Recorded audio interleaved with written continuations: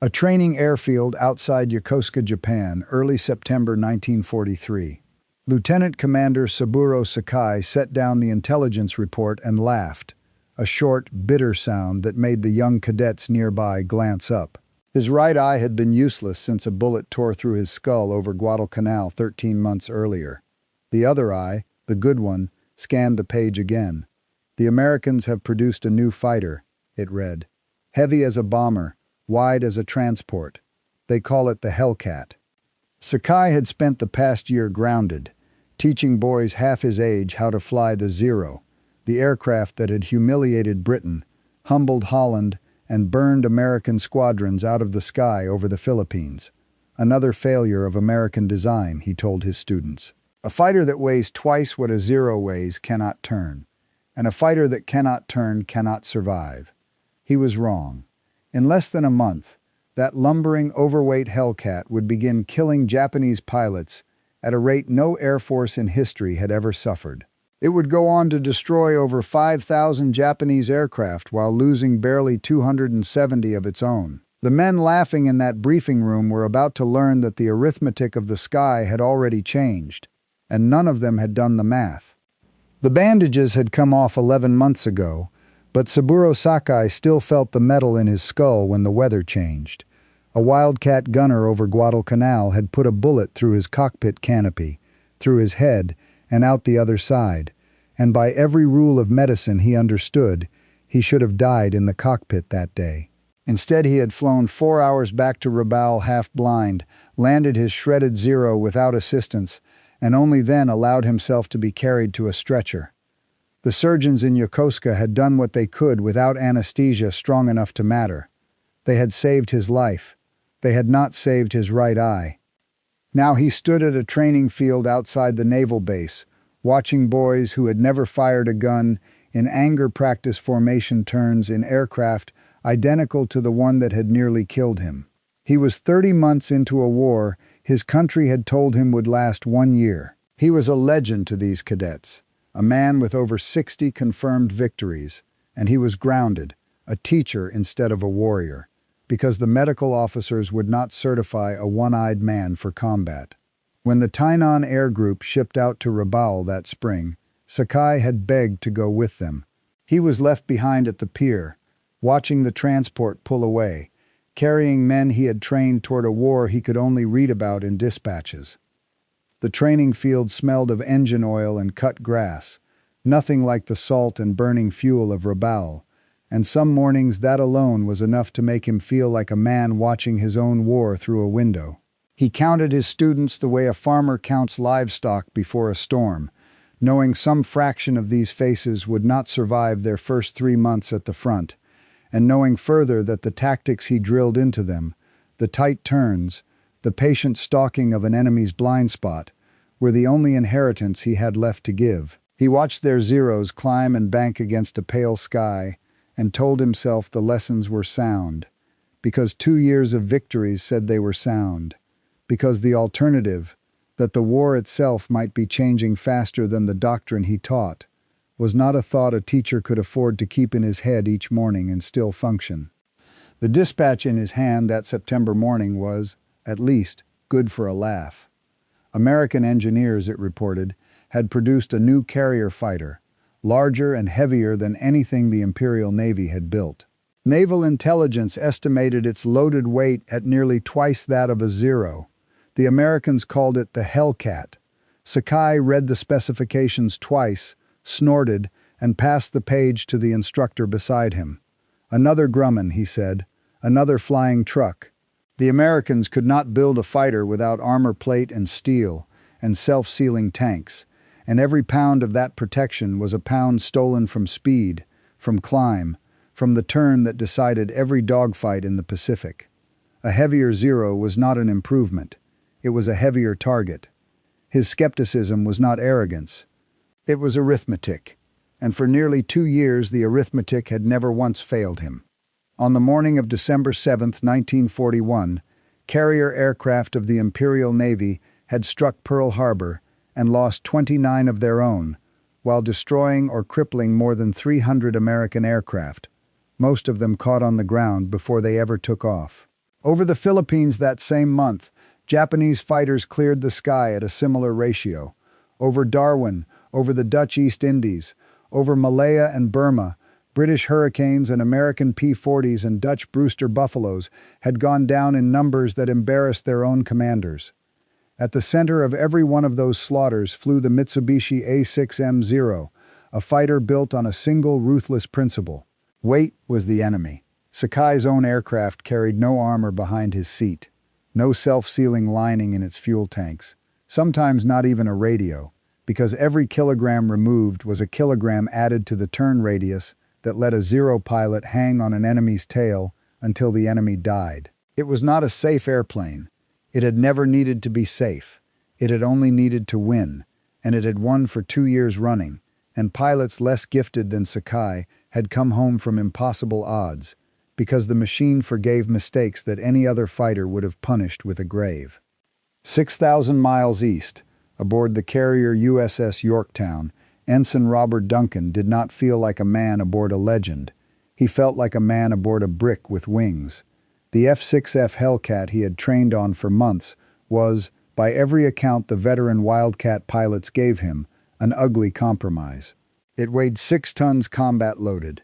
Its wings could not match the tight, snapping turn of the Zero everyone had heard about, the fighter that had chewed through Wildcats and Buffaloes since the war began. What Duncan did have, and what nobody aboard Yorktown fully trusted yet, was 2,000 horsepower under the cowling, 6 machine guns instead of 4, an inch and a half of steel plate behind his spine, and fuel tanks lined with rubber that could seal a bullet hole in seconds instead of turning his aircraft into a torch. Whether any of that mattered against a fighter as famous as the Zero, nobody on that flight deck could yet say. The Hellcat had never fired its guns at a living enemy. That changed, without much drama, on the last day of August 1943. Task Force 15 struck Marcus Island before dawn, Yorktown's Hellcats sweeping in low over the airstrip expecting resistance and finding almost none. Japanese aircraft sat in neat rows on the runway, destroyed where they were parked, never airborne to defend themselves. 2 Hellcats were lost to anti-aircraft fire rising from the ground. Not one Zero rose to meet them in the air. Duncan came back to Yorktown that afternoon with his guns still loaded and a strange, hollow disappointment sitting in his chest. The same feeling he imagined a boxer might carry after a fight the other man never showed up for. In the ready room that night, older pilots who had flown Wildcats since Guadalcanal needled the new men, asking what exactly a 6-ton fighter was supposed to prove against an empty runway. Duncan had no answer. Neither, it turned out, did the Japanese officers who read the strike reports in Tokyo. The new American fighter had needed a sneak attack on parked aircraft to claim its first victory. It had not yet beaten a single Zero in the sky because it had not yet had the chance, and men who wanted to believe in old certainties took quiet comfort in that fact. The chance came 5 weeks later, on the 5th of October, over Wake Island, and it did not go the way either side expected. Duncan was flying escort when the Zeros came down out of the sun, exactly the way Wildcat pilots had described them 100 times in briefings. Fast, precise, already turning inside his flight path before he had finished registering the threat. His hands were steady on the stick, even though his mouth had gone dry, and the whole sky seemed to compress into the small moving silhouette in his gun sight. He fired on the first one and watched it fall away trailing smoke, a kill he would later call almost too easy for a fighter with the Zero's reputation. The second Zero was flown by a pilot who was not a stranger to killing Americans. Warrant Officer Toshiyuki Sueda had 9 confirmed victories, most of them Wildcats lured into a maneuver he had perfected and never lost. He would climb into a vertical loop, let the pursuing American follow him up, and wait for the heavier, slower Wildcat to stall at the top of the climb, hanging helpless in the air for the half-second it took Sueda to roll over and put a burst of fire into a target that could no longer maneuver. It had worked every time. He had no reason to believe this new American fighter, bigger and heavier than the Wildcat it replaced, would behave any differently. He pulled into the loop. Duncan followed him up. the Hellcat's nose climbing hard against the pull of its own weight, his engine roaring at full throttle, waiting for his own aircraft to run out of energy the way every briefing had warned him it might. The Hellcat did not stall. The extra horsepower that Sakai had dismissed as dead weight held it flying at an altitude and an angle that should have killed its airspeed, and Sueda reached the top of his loop to find the enemy still behind him, still flying, still armed. He rolled over into the dive he had used to end a dozen American lives before that day, and Duncan's 6 guns caught him before he ever leveled out, tracers stitching through the fuselage in the half-second before the Zero rolled onto its back and fell away burning.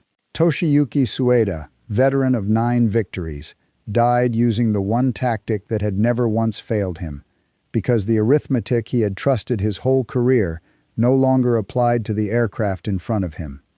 Word of the engagement took days to reach the training fields outside Yokosuka, filtered through operational reports that stripped away everything except the bare tally.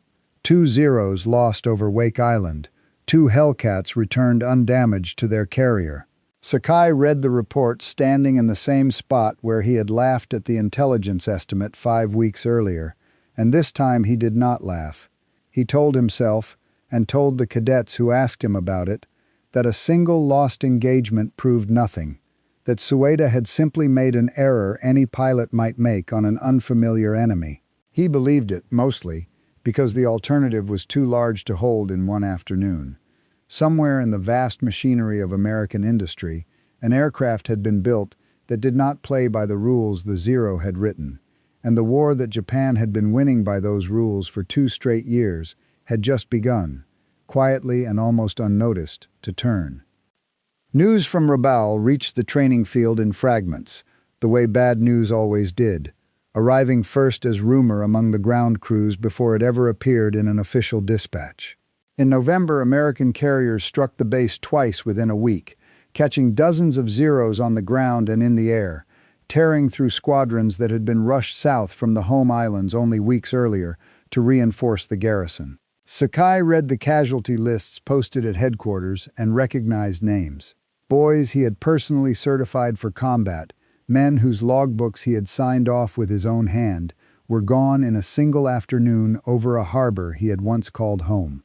He remembered one of them, a quiet farm boy from Hokkaido who had struggled with formation flying for weeks and finally mastered it the week before shipping out, proud enough of the achievement that he had thanked Sakai formally, bowing at the edge of the runway.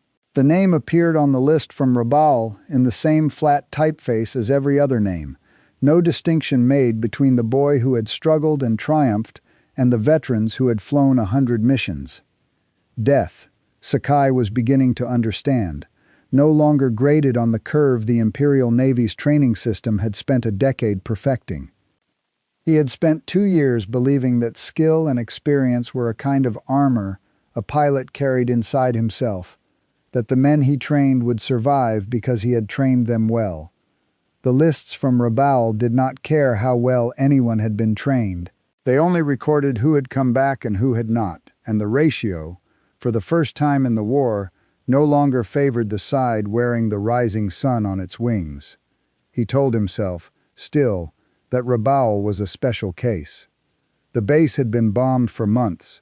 Its best pilots rotated through so many engagements that fatigue alone might explain the losses. He needed that explanation.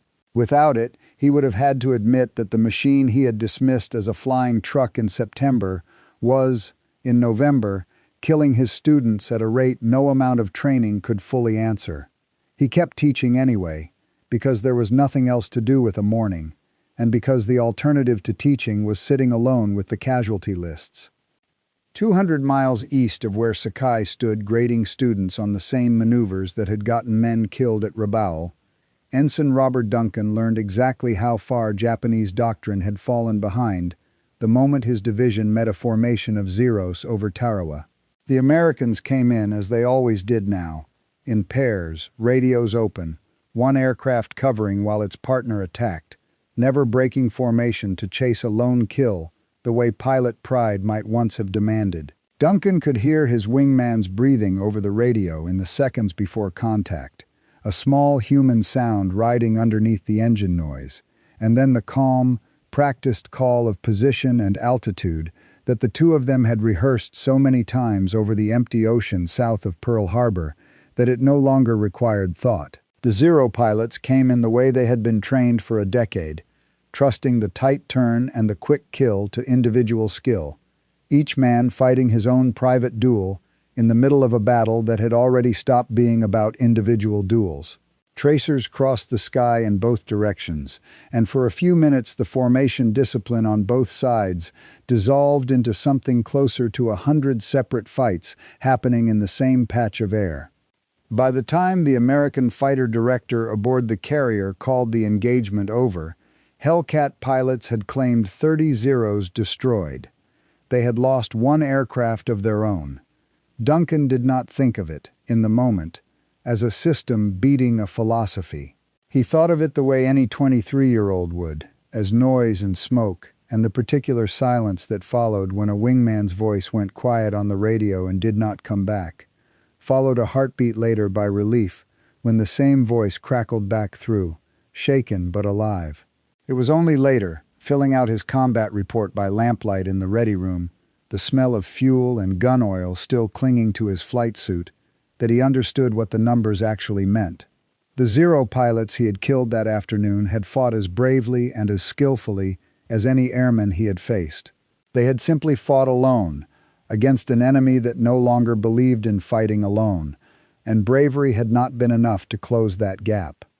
By the turn of the year, the gap had widened into something closer to a chasm, and the reason had less to do with any single aircraft than with the men climbing into the cockpits on either side of the Pacific. The pre-war Imperial Navy had built, by any honest measure, the finest carrier pilots in the world.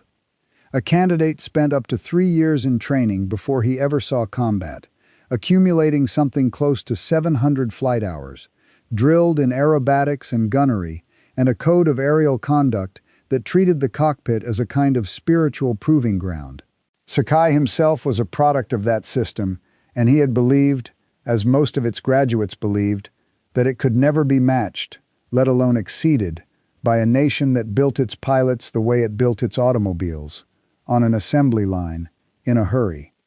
That belief did not survive contact with 1944. Japan's shipping losses to American submarines had begun to starve the home islands of aviation fuel, and every gallon saved for the front was a gallon not spent training the next class of pilots. Formation flying, instrument work, night flying, gunnery against a towed target, one by one these disappeared from the curriculum, replaced wherever possible with glider instruction that cost nothing to fly and taught almost nothing a fighter pilot needed to survive his first real engagement. Sakai remembered standing on the same strip of packed earth where he had once drilled cadets through 700-hour syllabi, watching a boy no older than 19 struggle to hold level flight in a training glider because there was no fuel to put him in a powered aircraft that month. Cadets who would have trained 3 years in 1941 were reaching operational squadrons in 1944 with barely half a year behind them, some with fewer than 300 hours total, a handful with less than that. He watched boys arrive at his own airfield who had never fired their guns at anything but a stationary target, who had never flown at night, who asked him serious questions about maneuvers he assumed every cadet already understood before setting foot in a cockpit. One young pilot, days from shipping out, asked Sakai in all sincerity how a man was supposed to know when to break off a dogfight. Sakai told him the honest answer, that a pilot learned that instinct through hundreds of hours no one currently had time to give him, and watched the boy's face try and fail to turn that answer into something like confidence. He filed his evaluations honestly, and honestly they frightened him. He was, in effect, certifying children for a war that had started killing veterans. Across the ocean, the American training pipeline was moving in the opposite direction, unhurried by comparison, methodical in a way that Sakai's generation of pilots had once mocked as evidence of American caution rather than American confidence. A Navy cadet in 1944 still logged upward of 300 hours before reaching a fleet squadron, a portion of it in the aircraft he would actually fly in combat, firing thousands of rounds at towed targets, practicing carrier landings until the maneuver became something closer to instinct than conscious thought. Duncan had come through exactly that pipeline, drilled on deflection shooting and instrument flying and night landings until his hands understood the aircraft better than his conscious mind did, and by February of 1944, flying escort during the opening fighter sweep ahead of the Great American Raid on the Japanese fleet anchorage at Truk, he shot down his fifth confirmed victory and became the first ace aboard the Yorktown. He did not think of himself as the product of a system. He thought of himself as lucky and skilled and glad to be alive.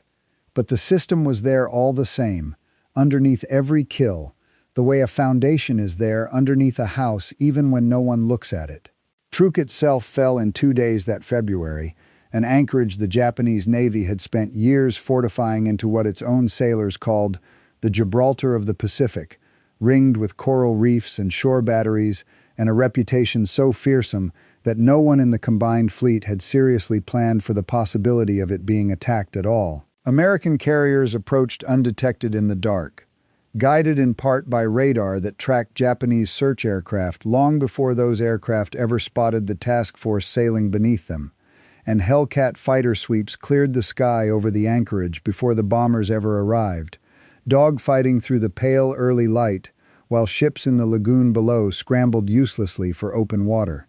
Hundreds of Japanese aircraft were destroyed, most of them caught on the ground exactly as they had been at Marcus Island 5 months earlier, except that Truk had never expected to be caught the way Marcus Island's garrison, isolated and lightly held, might have half expected.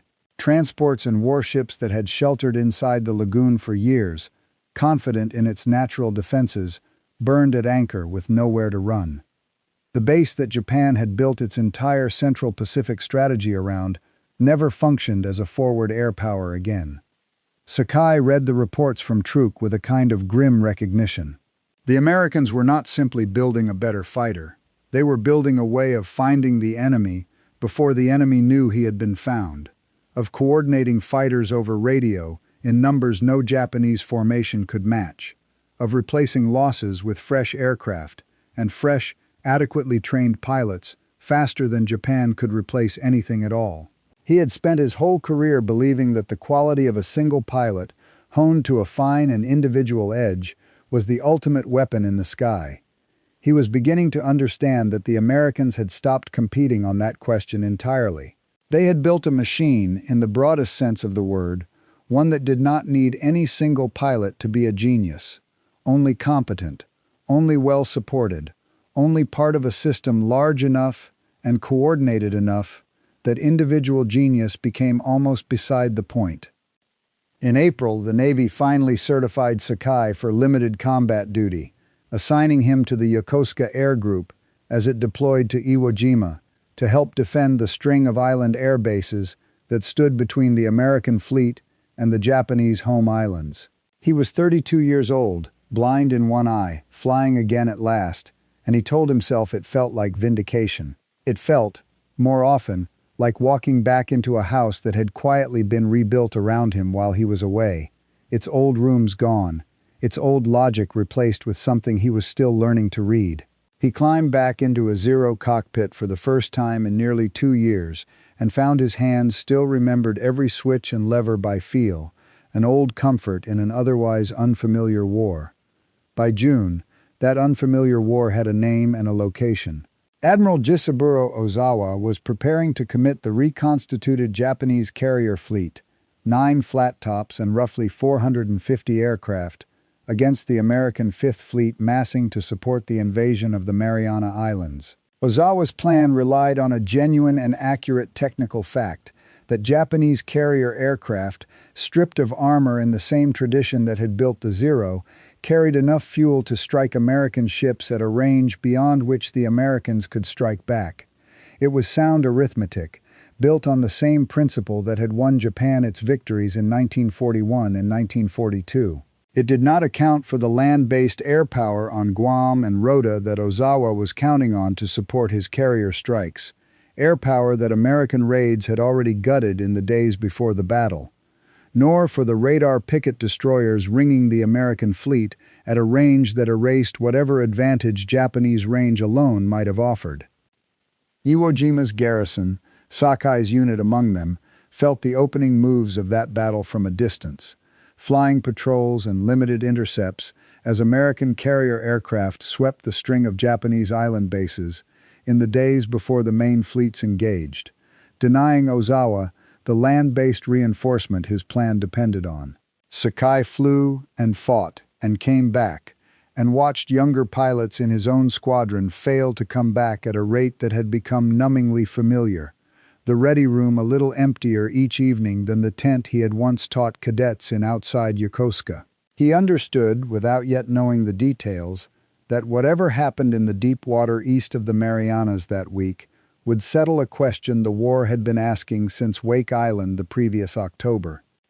On the morning of June 19th, Ozawa's first strike wave, 69 aircraft, flew toward the American fleet, believing themselves undetected, their pilots running through the same mental checklist Japanese aviators had trusted since Pearl Harbor: altitude, sun position, the element of surprise.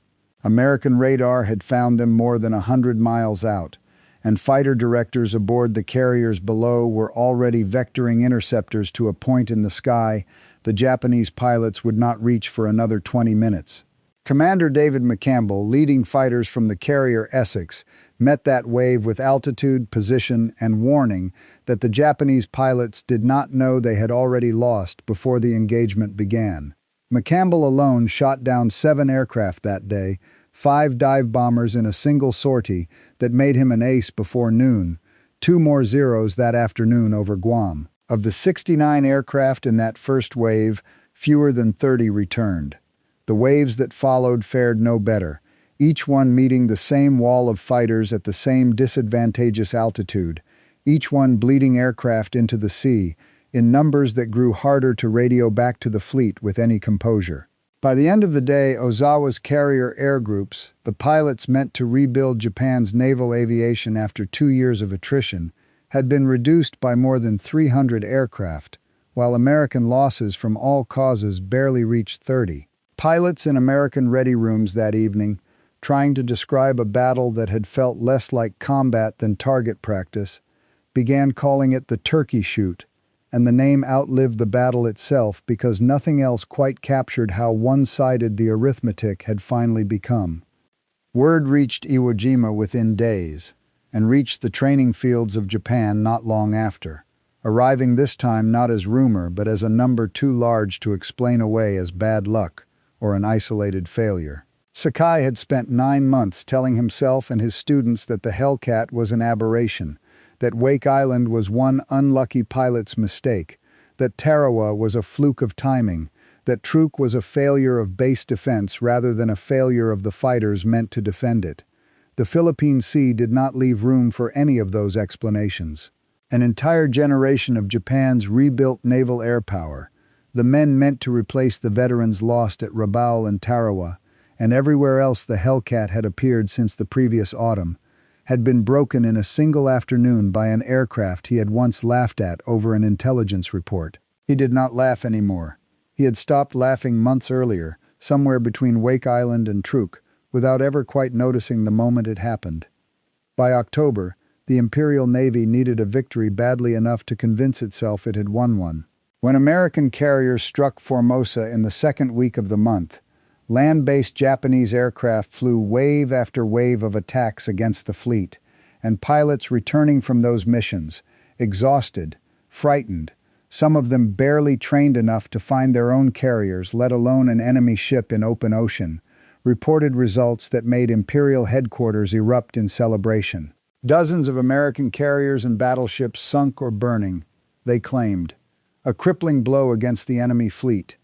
Radio Tokyo broadcast the news to a public that had been fed 2 years of steadily worsening war reports and received this one the way a starving man receives a full plate, without questioning where the food had come from. Church bells rang.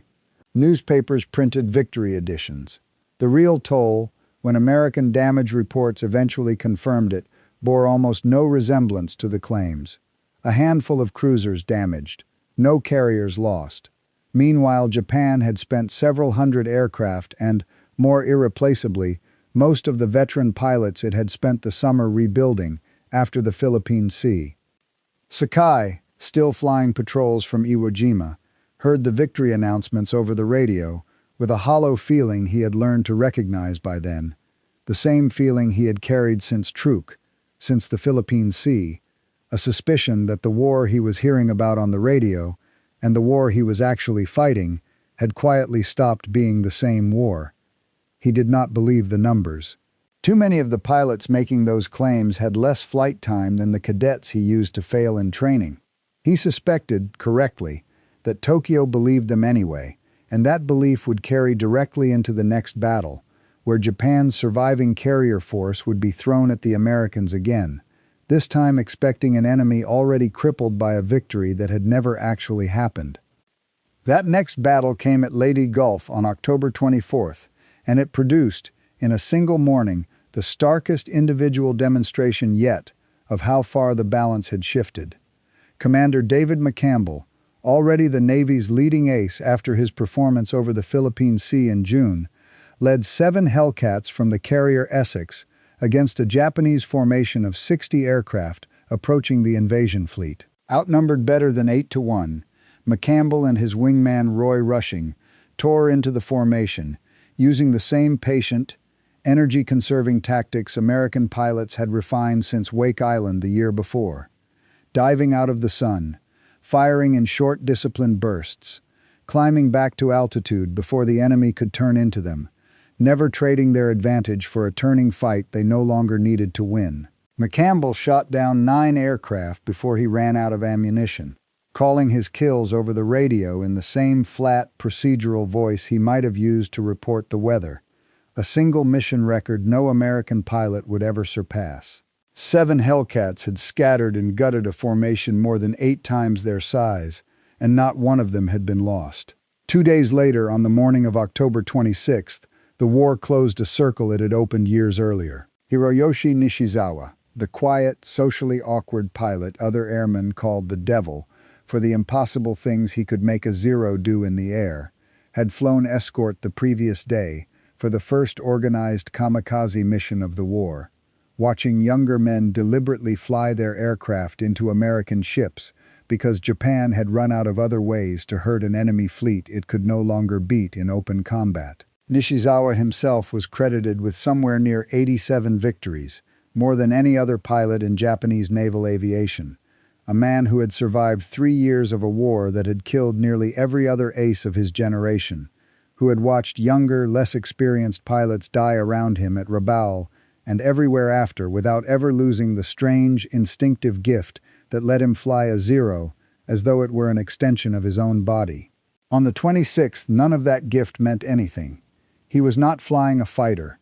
He was a passenger aboard a transport aircraft carrying pilots back to their base, unarmed, unable to maneuver, strapped into a seat with no control stick in front of him, when Hellcats from the carrier Wasp intercepted the transport over the waters near Mindoro and shot it down. Japan's greatest fighter pilot, a man who had spent 3 years making the Zero do things no Hellcat pilot could answer in the air, died without ever touching the controls of an airplane, killed by the same aircraft type he had bested so many times when he had a fighter of his own beneath him. His body was never recovered. The kamikaze missions that had claimed Nishizawa's escort duty the day before his death were not a tactic born of confidence. They were an admission, however unspoken, that conventional air combat no longer offered Japan any realistic path to victory, that a fully fueled fighter with a skilled pilot at the controls had become, against the Hellcat, little more than an expensive way to lose a war slowly. Turning that same aircraft into a guided weapon, its pilot never expected to return, was in its own grim arithmetic a kind of upgrade. A conventional attack against a warship succeeded perhaps rarely. A deliberate crash succeeded far more often. The pilot died either way. Only the odds of hitting anything had changed, and Japan, having lost the argument over which nation built the better fighter, had quietly stopped trying to win that argument at all. By the spring of 1945, off the shores of Okinawa, That grim arithmetic played out on a scale the war had not yet seen. Nearly 2,000 kamikaze sorties launched against the American fleet in a single campaign. Hellcats flew tens of thousands of sorties in response, and pilots who had entered the war flying escort and interception missions found themselves instead flying a kind of aerial picket duty, hunting suicide aircraft before they ever reached a ship's deck, day after day, the work grinding and unglamorous compared to the great fleet battles of the previous year. Most of those aircraft never got through. The math that had begun over Wake Island in October of 1943, one aircraft with the range and armor to survive what a Zero could not, had by 1945 become the difference between a fleet that could operate off an enemy coastline indefinitely and a fleet that could not have existed there at all 3 years earlier. Sakai lived to see the end of it. On August 15, 1945, he was among the pilots gathered at Atsugi Airfield when the Emperor's surrender broadcast reached them through a radio speaker crackling with static, a collection of exhausted veterans and teenage cadets with a fraction of the flight hours the war had once required, standing beside aircraft that had, in some cases, been assembled from whatever spare parts remained on the field. No one spoke for a long moment after the broadcast ended. Sakai stood in the heat with his one good eye fixed on nothing in particular, thinking, he would say later, less about defeat than about arithmetic, about the 2 years he had spent believing that a single superbly trained pilot in a superbly light aircraft represented the highest form of air power the world could produce.